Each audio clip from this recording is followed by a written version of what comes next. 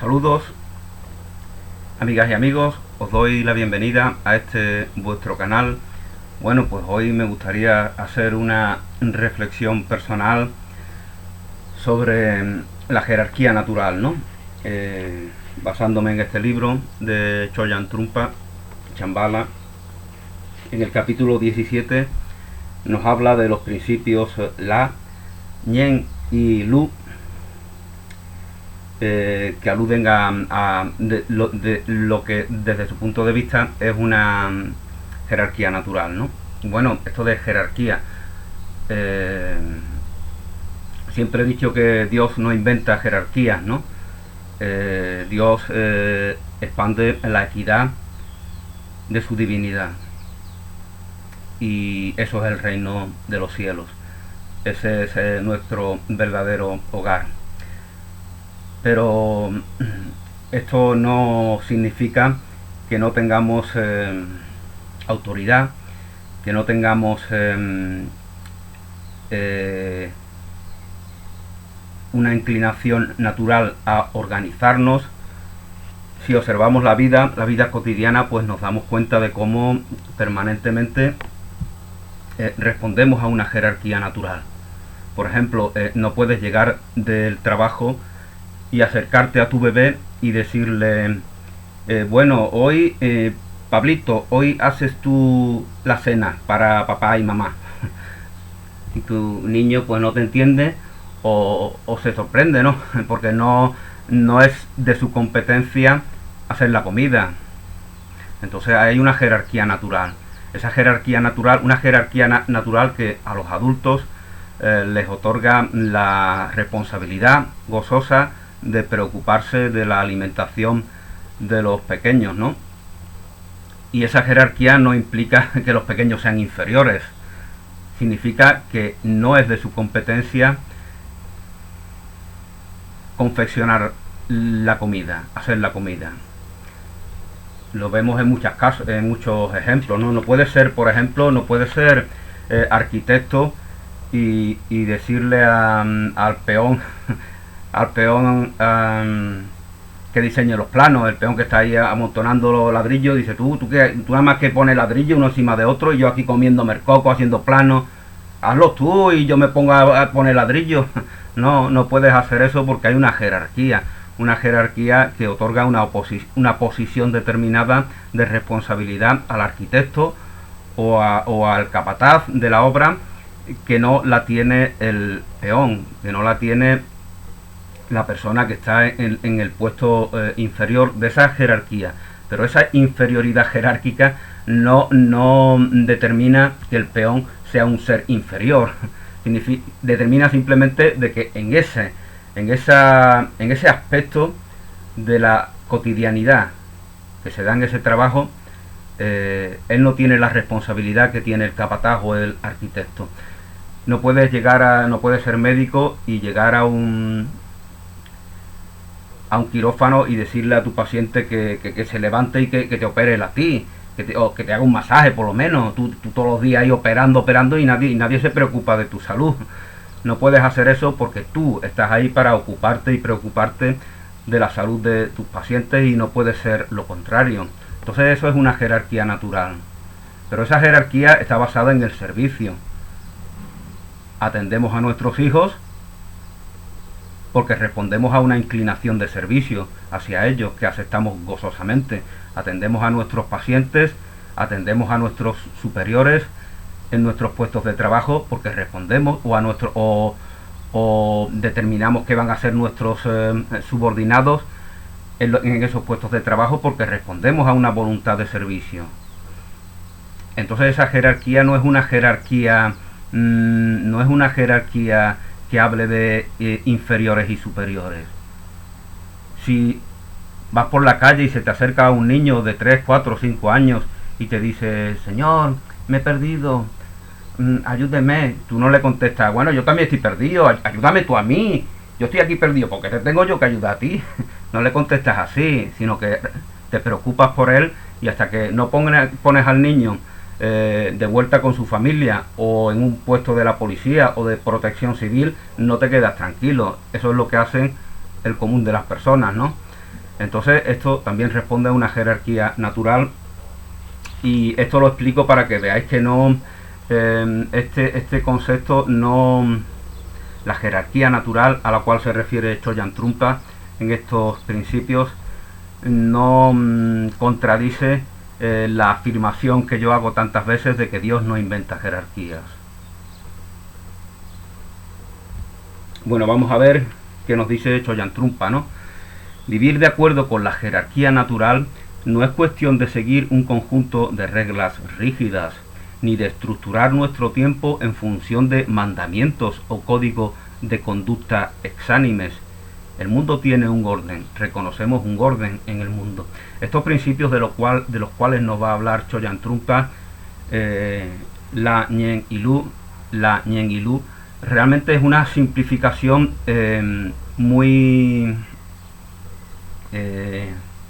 conseguida de cualquier otra interpretación de la condición humana, de todo lo humano y todo lo divino que nos define. Es lo mismo que hacen otros que estudian los chakras, que estudian el eneagrama, que estudian los ángeles, que estudian el zodíaco. Cada cual lo que hace es una forma de psicología, una forma de querer la mitología, por ejemplo, la cual la han estudiado tanto los psicoanalistas, ¿no?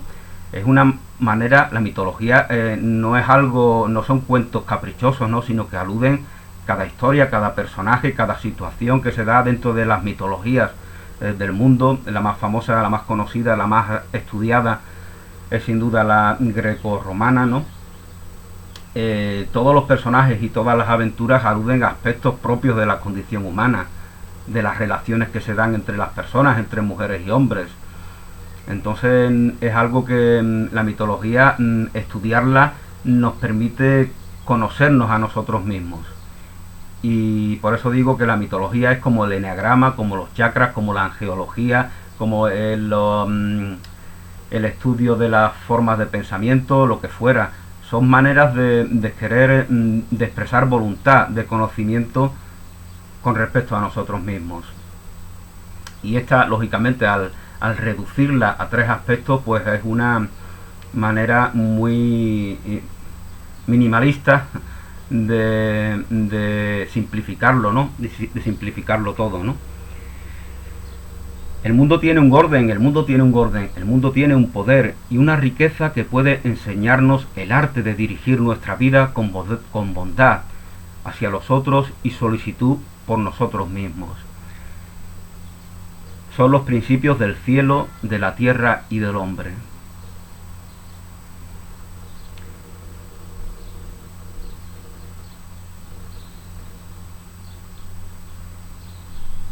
Los principios de la tierra y del hombre, dice Chogyam Trungpa, son una manera de describir la jerarquía natural, una manera de considerar el orden del mundo cósmico, de ese mundo más amplio del cual son parte todos los seres humanos.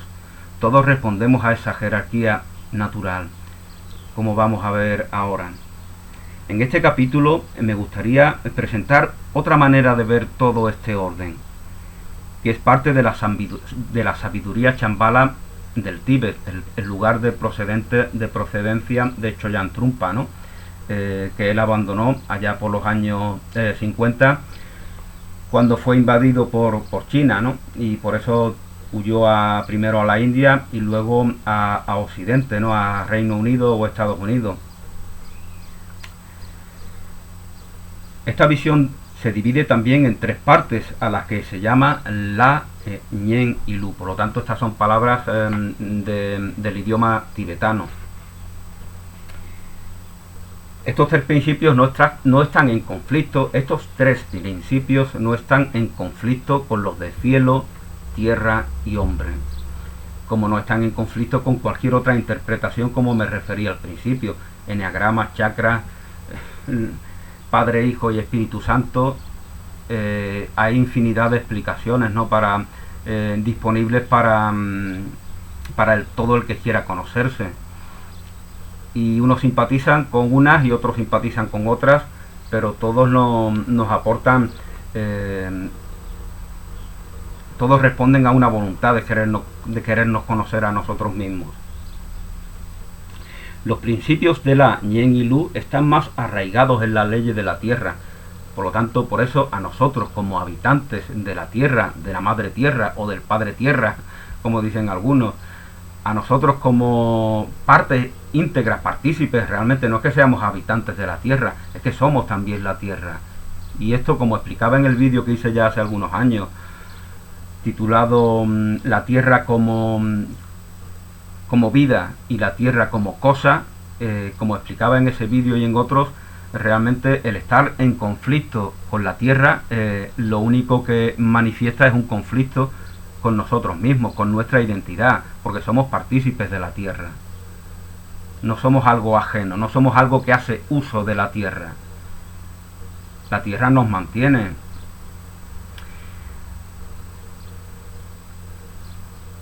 La vegetación está ahí para permitir que la vida continúe.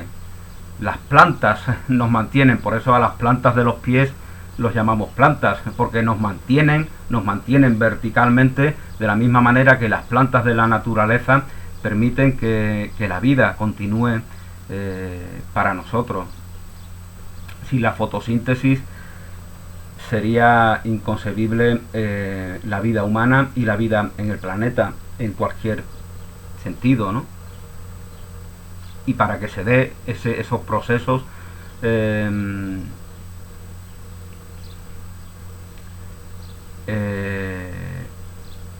no podemos prescindir de ninguno de los elementos, ¿no?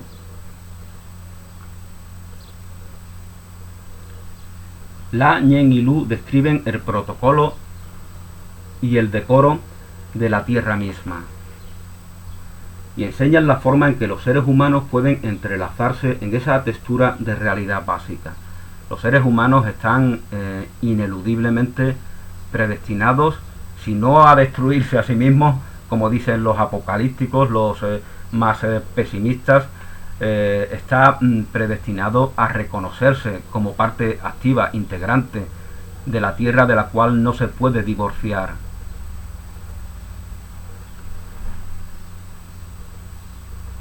La aplicación de los principios La, Nyen y Lu es de hecho una manera más de invocar el poder de los Dralas o magia elemental. Bueno, para entender qué son los Dralas, pues hay que leerse el libro entero, ¿no?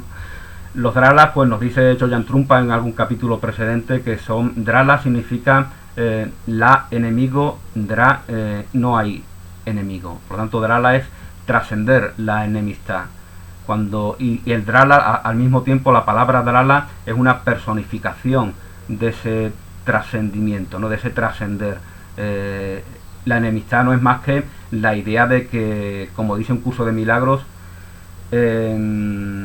somos víctimas del mundo que vemos. Trascender, por lo tanto, la mentalidad compensatoria, que necesita ver culpa, necesita ver error allá afuera y necesita, al verse en sí mismo como hijo de la carencia, del vacío, de la nada, necesita robar de afuera para adentro, invirtiendo el sentido de la vida, que como siempre hemos dicho es desde adentro hacia afuera. Entonces los Dralas pues están en relación con lo que nos dice Jesús en los evangelios, ¿no? Ama a tus enemigos y evidentemente cuando amas a tus enemigos no son tales, porque enemigo significa inamigo, inamor. Enemigo viene de amor, de la negación del amor. Eres mi enemigo porque no reconozco en ti la dignidad del que ama ni la dignidad del que es amado. Por eso eres mi enemigo. Y cuando trasciendo esa necesidad que me impone el ego, pues entonces soy testigo del amor que hay en ti y por lo tanto ya no puede ser mi enemigo. La enemistad ya no existe, ha sido trascendida. Pues a esto es a lo que se refiere los Dralas. Cuando invocamos los Dralas, que son una personificación, de la misma manera que en nuestra cultura personificamos la inspiración con las musas, personificamos los espíritus elementales de la naturaleza, personificamos en los diferentes ángeles en valores humanos y divinos que están en nosotros, ¿no? Pues en la cultura tibetana el Drala es esa personificación del trascender la enemistad, el conflicto con nuestros semejantes, que es el conflicto con todo y con todos y con todas.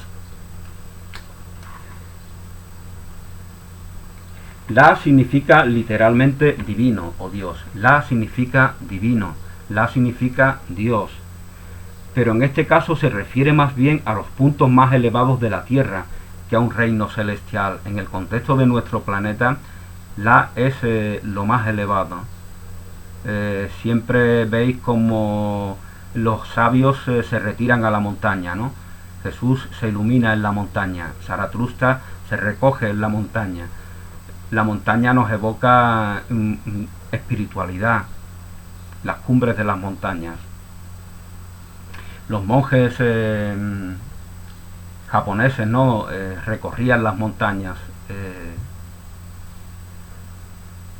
y salían sin nada, ¿no? Salían, no como ahora que vamos de peregrinación con esos pedazos de mochila, todo bien pertrechados de todo tipo de cosas que podamos necesitar. Ellos iban sin nada, ellos iban casi descalzos y no se morían de frío, y para sus compatriotas era un gran honor servir, atender a esos monjes, porque ellos se beneficiaban, como es evidente.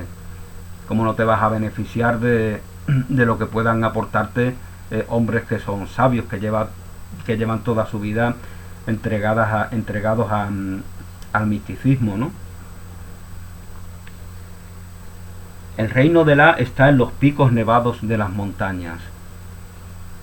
La es el punto más alto de todos, el que primero recibe la luz del sol naciente. Son lugares que se aventuran hacia arriba, que tienen voluntad de llegar a lo más elevado. La es lo más próximo al cielo que la tierra puede alcanzar. Por eso nos sobrecogen tanto las grandes montañas, ¿no? Psicológicamente, La significa, representa, simboliza el primer gran despertar.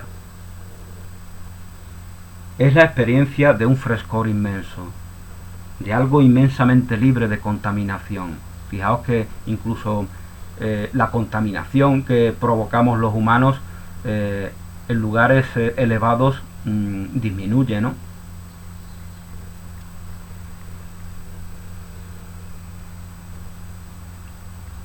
En el cuerpo, La es la cabeza. Esto es, ya llegamos a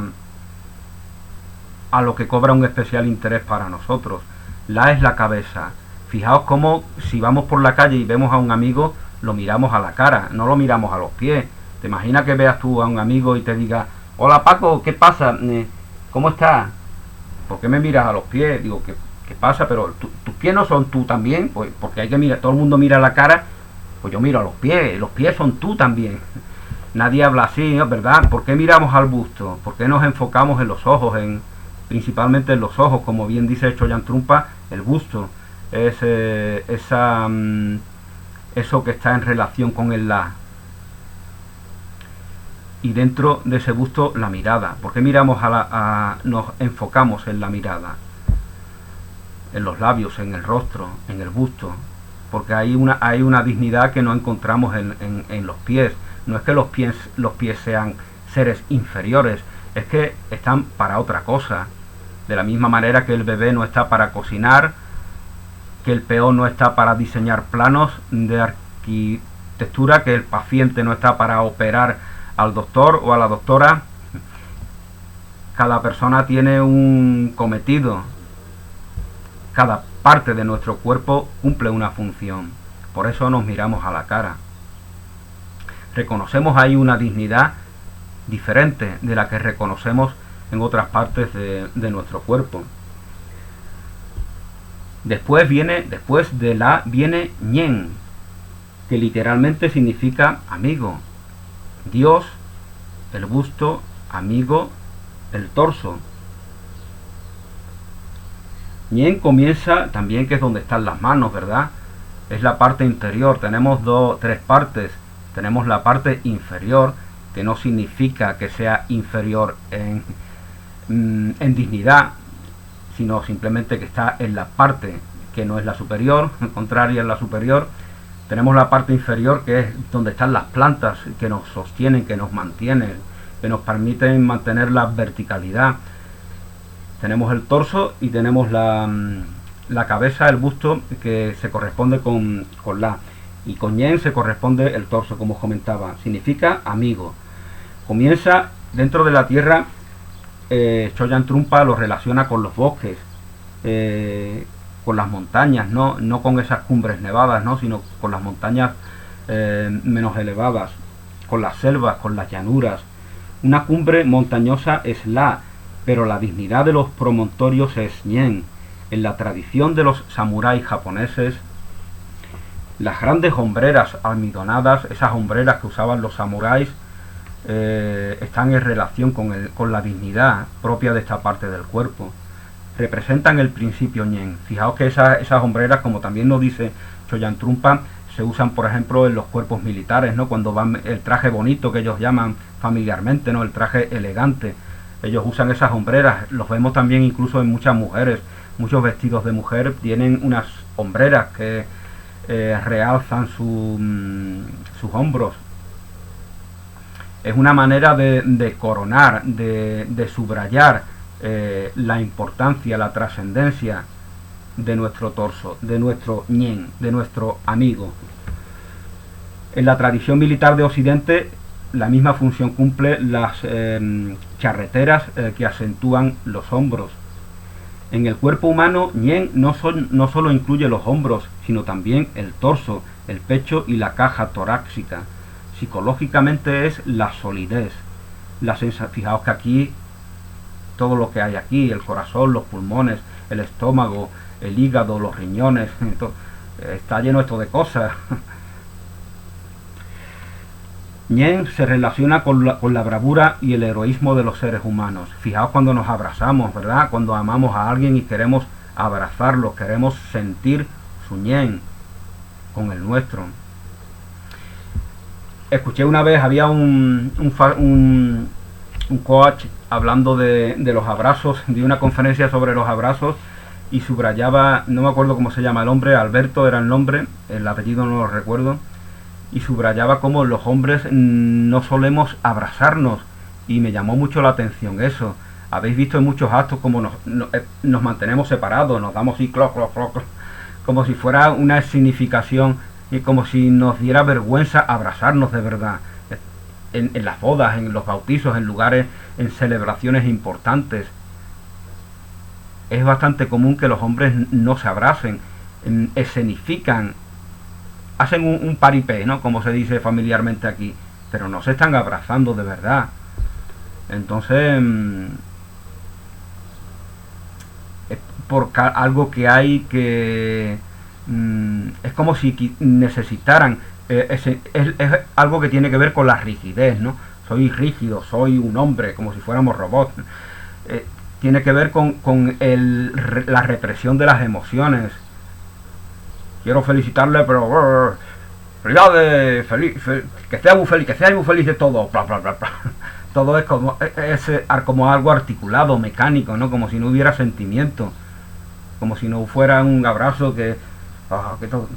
en el cual te emociona, ¿Por qué? Porque tenemos miedo de emocionarnos, porque eso es algo propio de mujeres, de débiles.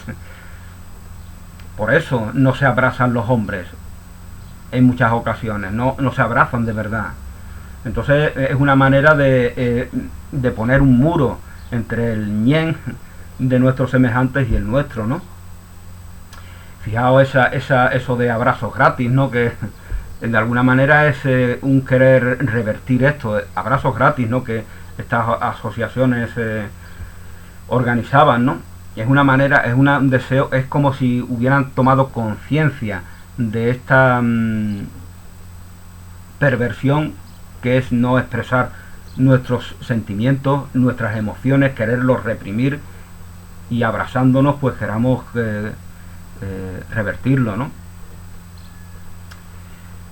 Evidentemente esto es solamente algo simbólico, porque justamente ahora con esto del coronavirus pues estamos en un tiempo en el cual los abrazos, la expresión de nuestros sentimientos, a veces pues tenemos que buscar otras vías que no sean el contacto físico, ¿no? Finalmente, nos dice Choyan Trungpa, está Lu. Lu significa literalmente ente del agua. Entonces tenemos La, que significa Dios, no en el sentido de Dios único, en el sentido de Dios, como Zeus, como Hera, como Osiris, como Bochicha, como Amaterasu, Dios. Significa el busto es Dios. El torso es el amigo, Ñen, y la parte inferior que empieza de la cintura para abajo, es decir, fijaos esto, el detalle significativo que nos da con respecto a la sexualidad, ¿no? El sexo está en la parte inferior. Habéis visto estas mujeres que dicen tienes el cerebro en el pene, ¿no? Que dicen refiriéndose a personas, a hombres lujuriosos. Y fijaos cómo se ha cambiado la ubicación, no hemos puesto a Dios, lo hemos puesto abajo, en la parte inferior, en la parte que significa ente del agua. Entonces no hemos alterado una jerarquía natural. Y esta alteración de la jerarquía natural pues es lo que tiene como consecuencia la pornografía, la vida promiscua, la prostitución, la explotación de las mujeres en tantos lugares de centros de prostitución, etcétera, etcétera, desde mi punto de vista. Bueno, pues nos dice Choyan Trungpa que Lu es el reino de los océanos, de los ríos. Primero lo refiere al planeta Tierra, y es muy bien esto que él hace porque de alguna manera nos invita a reconocernos como partícipes de la misma realidad de la cual es partícipe la Madre Tierra. La Madre Tierra tiene un Lu que está en las cumbres de las montañas, tiene un Yen que son los bosques, que son las pequeñas montañas, que son las llanuras, y tiene un Lu que son los ríos, que son los océanos, que son los grandes lagos, es el agua. Ya en alguna ocasión, bueno, hablé de la relación de la mujer con el agua. La donna è mobile.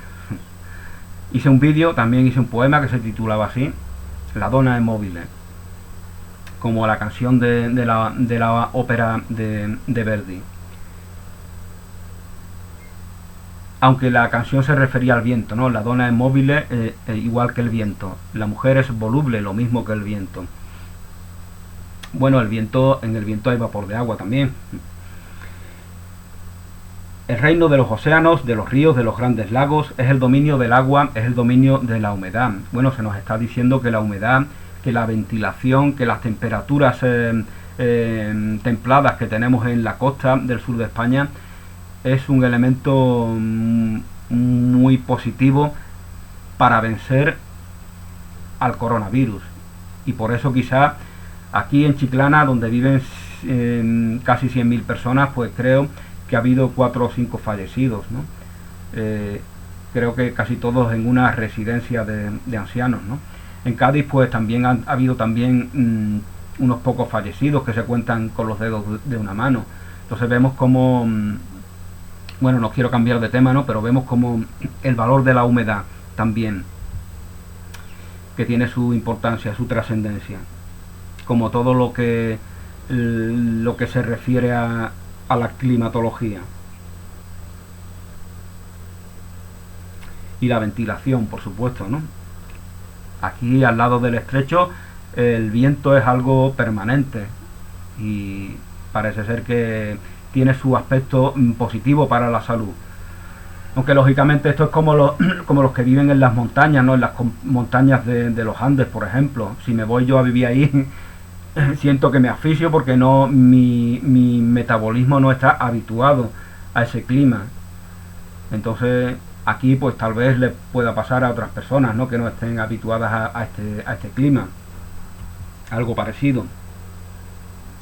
Lu tiene el carácter de una joya líquida, de modo que aquí la humedad se relaciona con la riqueza.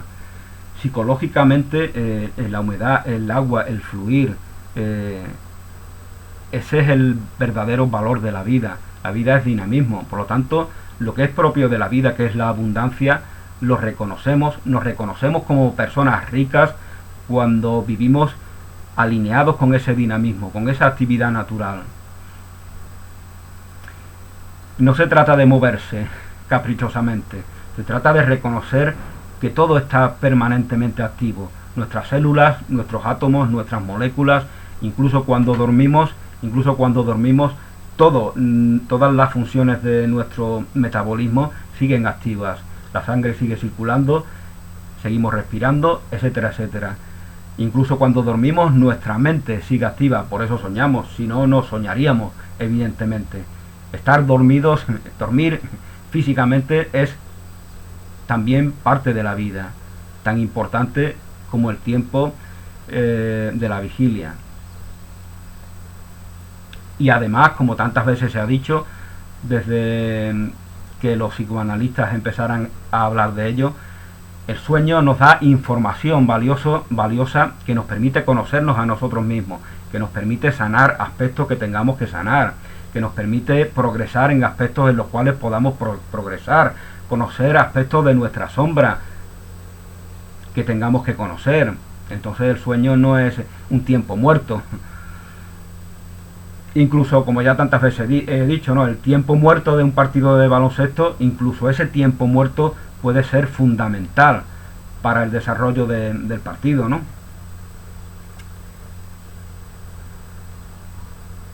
Lu es también frescor, pero el frescor de Lu no es exactamente el mismo de las montañas.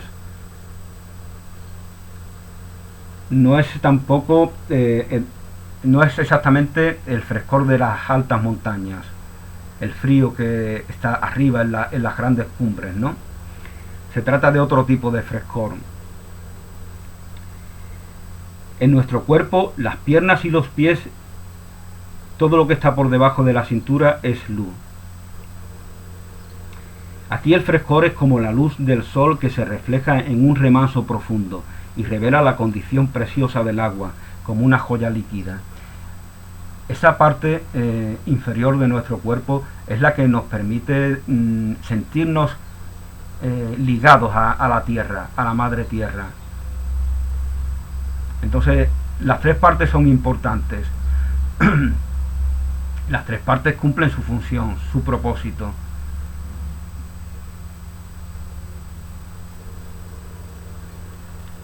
Los principios de la, Ñen y Lu se relacionan también con las estaciones. El invierno es la, entonces cada estación cumple su propósito. El invierno es la más elevada de todas las estaciones. En invierno nos sentimos como si estuviéramos en alto, por encima de las nubes. Hace frío y el aire nos vivifica, como si estuviéramos volando por el cielo. Fijaos que incluso hay personas que la muerte por frío, algunas personas le llamaban muerte feliz, ¿no?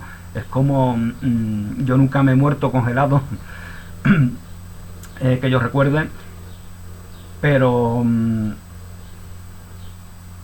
es lo que suelen decir, ¿no? Que llega un momento, es que el dolor llega a un momento en el cual se trasciende, ¿no? Entonces estás en un estado en el cual no hay dolor y no hay placer, es un estado como el que está el bebé dentro del seno materno, ¿no?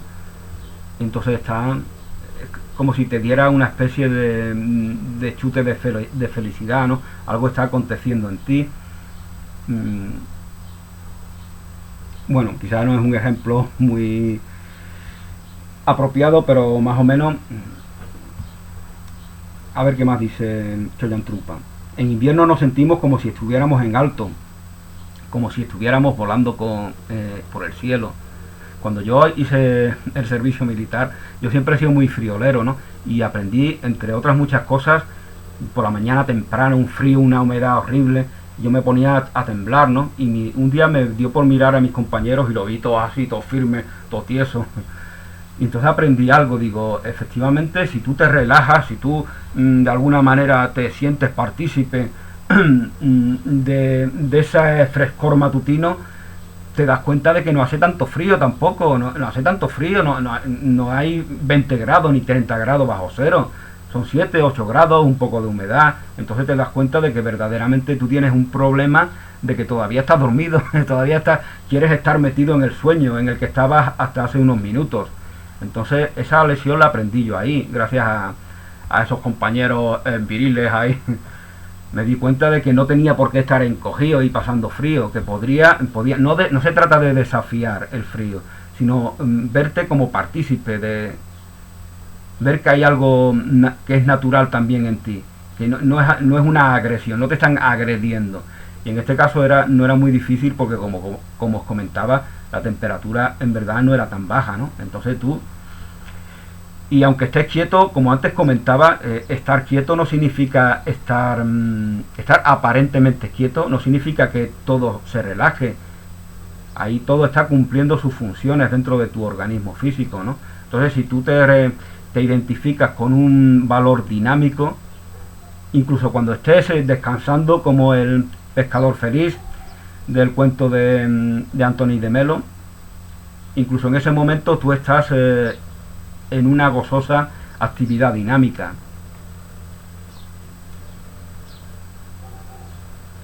Luego viene la primavera, que desciende desde el cielo y comienza a establecer contacto con la tierra. La primavera es una transición entre La y Ñen. Por lo tanto, relaciona la primavera con el torso, ¿no? Entonces viene el verano, el nivel plenamente desarrollado de Ñen, el momento en que las cosas son verdes y están en pleno florecimiento. En el verano, pues ya las cosechas se preparan, el esplendor de la tierra después de la primavera comienza a lucir. El fruto y la cosecha del otoño son la fructificación de luz. En el ritmo de las 4 estaciones, La, Ñen y Lu mantienen un juego recíproco que es el proceso evolutivo.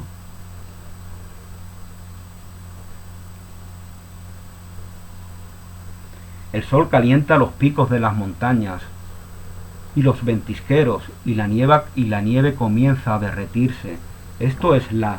Entonces el agua desciende por la ladera de la montaña y forma corrientes y ríos, que son Ñen.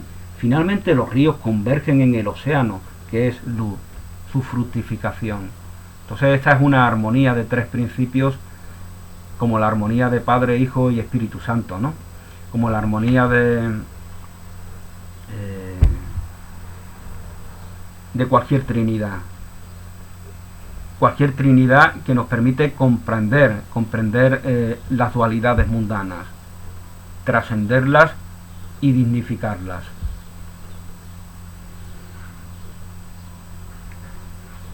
Entonces él nos pone algunos ejemplos, ¿no? Por ejemplo, dicen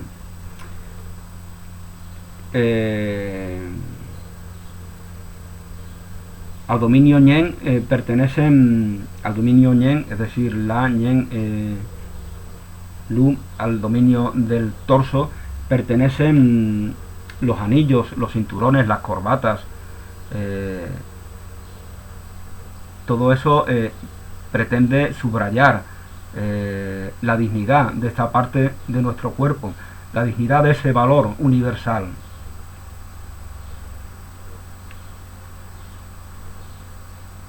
Todos observamos, como antes comentaba, todos observamos estos principios, por eso nos miramos a la cara, por eso los pies nos mantienen y no son las manos. No nos levantamos de la cama y ponemos las manos en el suelo, no decimos, bueno, hoy voy a andar con las manos, hoy voy a hablar con los pies. No, cada parte tiene su función, cumple su cometido, es una armonía natural. Y todos, empezando por el que la niega, responden a esa armonía.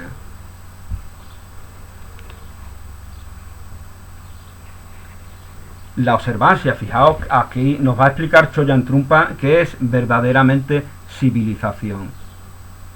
La observancia del orden de La, Ñen y Lu es lo que hace civilizados a los seres humanos. Reconocernos en esta armonía, en estos 3 principios que cumplen sus diferentes funciones, es lo que nos permite ser personas civilizadas. Por eso podemos designarlos con el nombre de protocolo fundamental. De aquí emana, por lo tanto, un protocolo natural. Al seguir el orden de estos principios podemos armonizar nuestra vida con el orden del mundo fenomenal. Hay gente a quien le gustaría hacer caso omiso de estas normas sociales básicas. Ellos creen que esta norma que se desprende de estos principios es una imposición caprichosa de algo que nos viene desde afuera, ¿no? Hay gente que hay si me pongo los zapatos en la cabeza.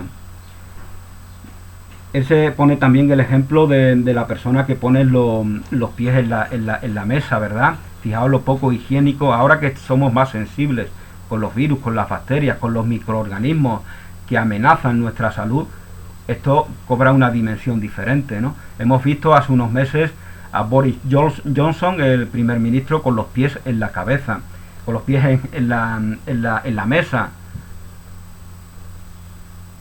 Es una manera de desafiar un orden natural.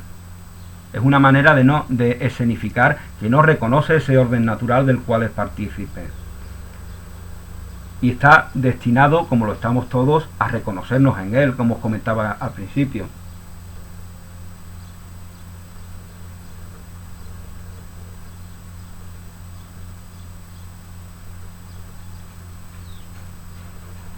Desatender este orden es muy destructivo. Ya hice un vídeo titulado cómo la idea de separación destruye a la sociedad, a la comunidad, a la familia. Es completamente autodestructiva.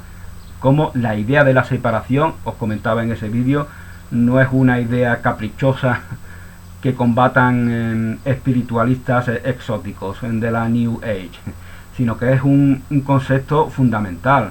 Eso es lo que nos confronta a todos. Y esta idea de la separación está en relación con la idea, el deseo de transgredir esta jerarquía natural, este orden del La, del Ñen y del Lu. Desatenderlo es muy destructivo. Si en vez del invierno al otoño le sucediera el verano y al verano en vez del otoño le siguiera la primavera, se habría violado todo el orden de los principios cósmicos. En ese caso los cereales no crecerían, ni se reproducirían los animales, la vida se destruiría si al invierno le siguiera el verano o si a la primavera el otoño. Vendrían sequías, vendrían inundaciones. En ocasiones se ve como la violación, en ocasiones se ve, vemos que violar esta jerarquía es considerado como un ejercicio de empoderamiento, ¿no? De esto nos va a hablar también Choyan Trungpa, si no me equivoco. Es como la provocación, ¿no? Es lo que antes os comentaba de poner los zapatos en la mesa, donde se ponen los alimentos, donde se ponen las bebidas. Es usar algo que pertenece, que tiene una función distinta,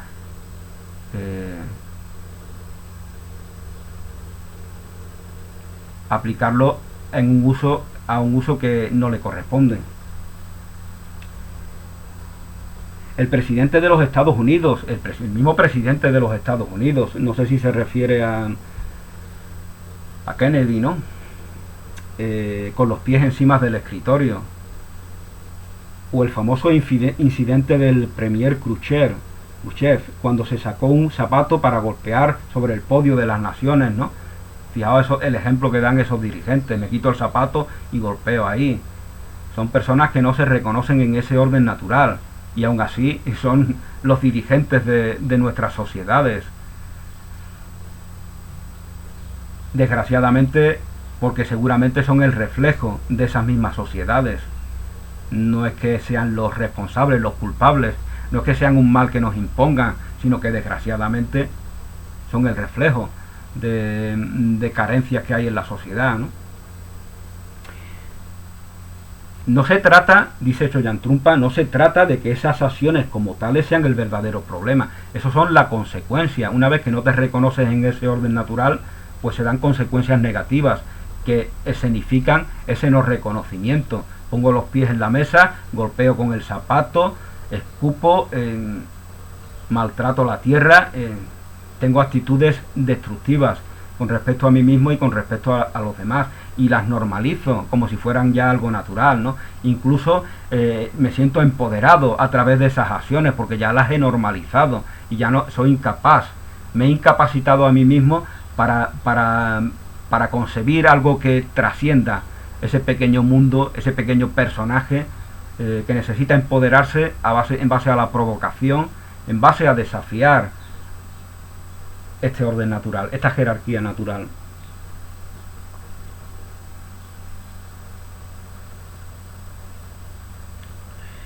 El verdadero problema, como decía, el problema no es esas acciones como tales.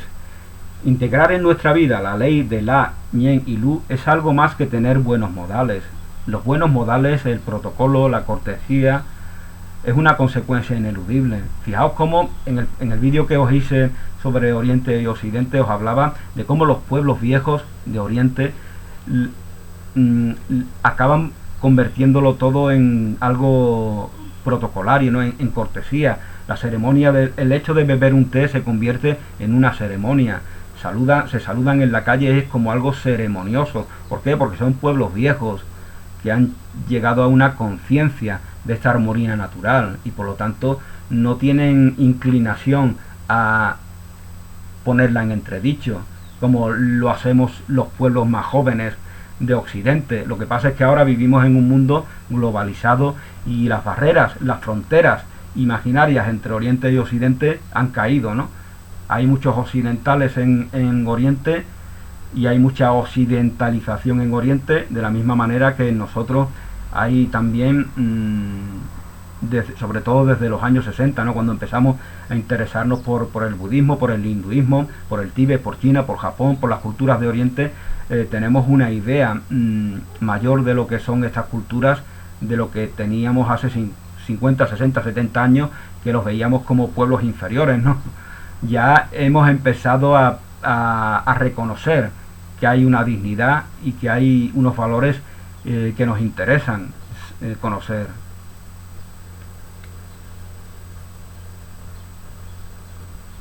El verdadero problema es la actitud que viola el carácter sagrado de la vida.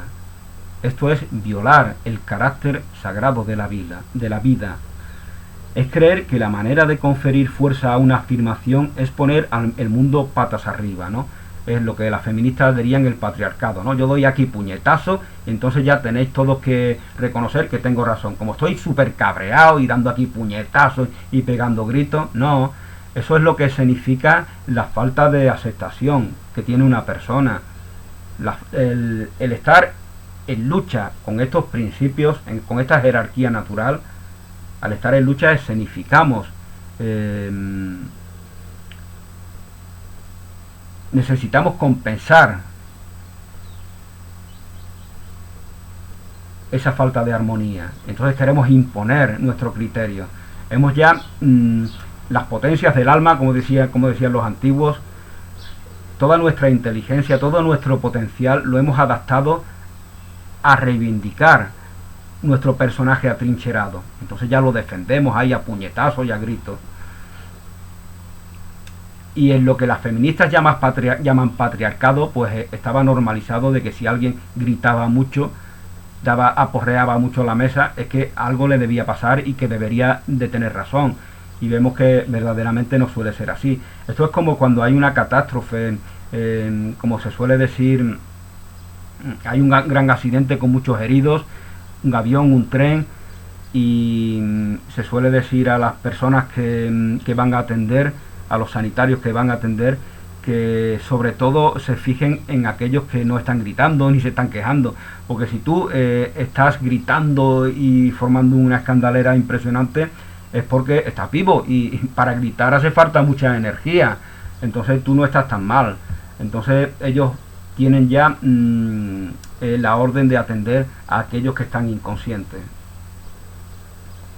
preferentemente.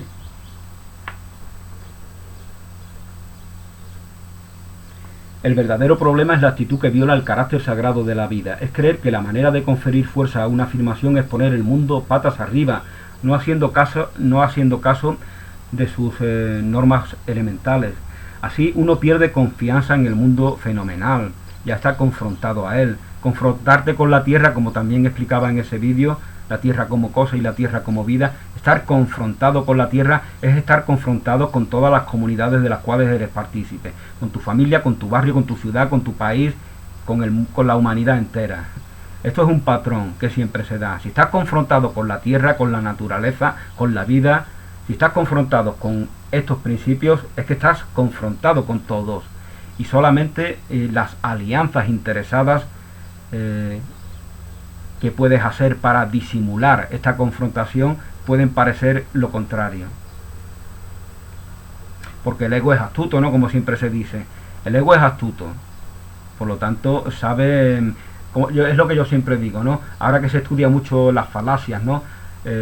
Pero el rey de las falacias es aquel que las conoce todas y por lo tanto sabe manipularlas,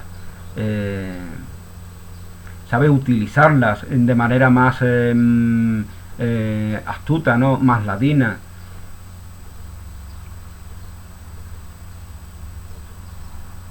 Es una manera de aplicar la inteligencia, las potencias del alma, como antes decía, para reivindicar, para proteger el personaje atrincherado. Bueno, pues nos dice Chogyam Trungpa que así uno pierde confianza en el mundo fenomenal y al mismo tiempo se convierte en una persona poco digna de fiar. En alguien que cree que el camino al éxito consiste en hacer en la vida todo tipo de maquinaciones y tejemanejes. Ya cree que para ir progresando, para llegar a algo, tengo que estar ahí viendo cómo manipulo allá afuera, manipulo las personas, las circunstancias, las situaciones, para ir progresando, para convertirme en un trepa. Y si vivo en una sociedad donde eso está normalizado, pues desgraciadamente lo conseguiré y llegaré hasta arriba. Pero eso no significa nada. Eso significa que en la sociedad ese patrón de oposición a esta jerarquía natural también en toda la sociedad está normalizado. Y por eso van hacia arriba los peores y los que podían aportarnos algo son vistos como... gente rara, ¿no? Gente exótica que los miramos. Ya, el chavalito no se mete con nadie, está ahí. Eso es como el man que vivía en ese pueblo de la Costa da Morte en Galicia, ¿no? Está ahí el muchacho ahí con sus piedras, no se mete con nadie. No aprendemos una lección de él, sino que ahí en nuestra admiración hay como una especie de desprecio también, porque no lo vemos como un activo de la sociedad. Es lo que nos pasa cuando llamamos a la persona perversa, la llamamos listo. Cuidado con el listo. Pensamos que la inteligencia es propia de la gente mala. Y por eso a los buenos los llamamos tontos. Porque pensamos que la bondad está en relación con la estupidez, ¿no? De esto habla también Chogyam Trungpa, habla de la bondad fundamental. La bondad fundamental no es más que la propia vida, la esencia de la vida. No es algo que sea una dualidad, que le precise de un contrario. Pero bueno, si queréis saber lo que él dice, pues en este libro, Shambhala, él os lo explica perfectamente. Yo voy a ir ya terminando. Y bueno, el rol del guerrero, así se llama el libro, la senda sagrada del guerrero, y como él nos explica, guerrero aquí significa intrépido, intrepidez, la persona intrépida, la persona que desafía sus inercias, sus limitaciones, sus adaptaciones.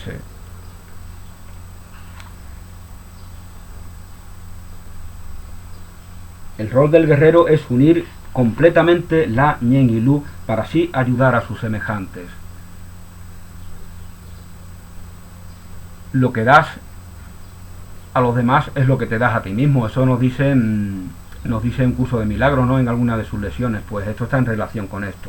El servicio que prestamos a nuestros semejantes es una concesión que nos hacemos a nosotros mismos.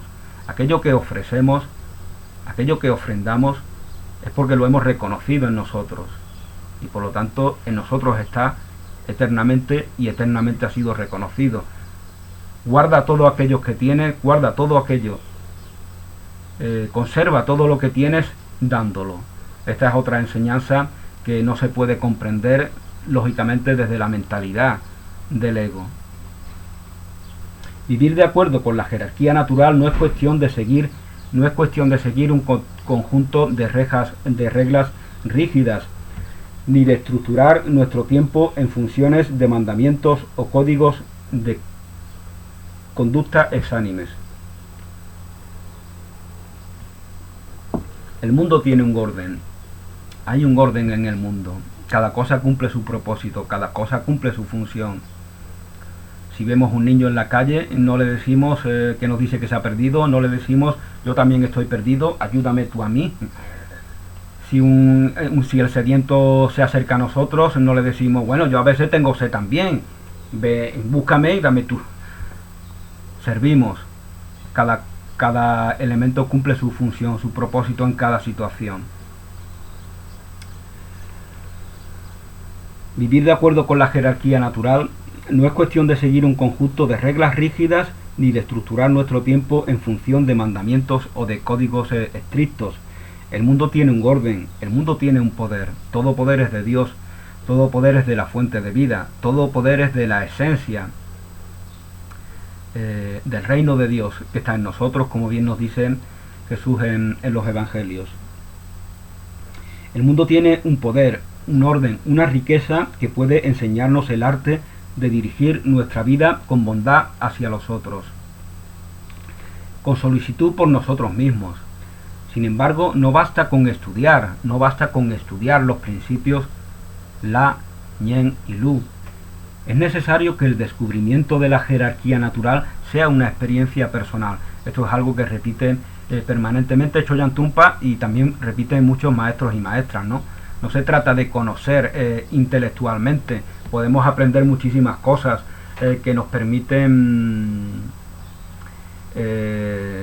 conocernos a nosotros mismos, nuestras contradicciones, pero si no lo experimentamos, si no lo vivimos, si no sientes el amor, entonces no sabes lo que es el amor. Si no lo sientes en ti mismo, entonces no lo sabes. Entonces te creerás la versión, nos creemos la versión que el ego hace del amor, como un mercadeo interesado, ¿no? Pues esto es exactamente igual. Todo debe de experimentarse en uno mismo, en sí mismo hay que experimentarlo. Es necesario que el descubrimiento de la jerarquía natural sea una experiencia personal. La magia es algo que debemos vivenciar íntimamente. Entonces jamás nos sentiremos tentados de dejar el sombrero en el suelo. Entonces ya de manera natural no vamos a dejar el sombrero en el suelo, ni vamos a poner los zapatos en la mesa. Pero lo más importante, esto no es lo más importante, esta es la consecuencia ineludible. La consecuencia ineludible de reconocernos en esta armonía es que damos noticia de ella en todos nuestros actos, en todas nuestras palabras, en todas nuestras relaciones. Entonces jamás nos sentiremos tentados a estafar o engañar al amigo o al prójimo. Nos sentimos tentados a estafar, a engañar, a mentir, porque ya nos hemos normalizado ese desafío al orden natural. Pero cuando nos reconocemos en él, de manera natural expresamos lo que somos, manifestamos lo que somos. Estaremos inspirados para servir a nuestro mundo, para entregarnos por completo. Y entonces sabremos, entre otras cosas, pues cómo gobernar, por ejemplo. Sabremos cómo gobernar. Porque gobernar en un país, gobernar el mundo, gobernar una institución, es lo mismo que saber gobernarse a sí mismo. Que saber reconocerse a sí mismo en esa armonía natural. Y cómo en nosotros está siempre esa armonía, esos elementos. Ese Lu, ese Ñen y ese La. Pues muchas gracias a todos y a todas, feliz día, bendiciones y hasta una nueva oportunidad.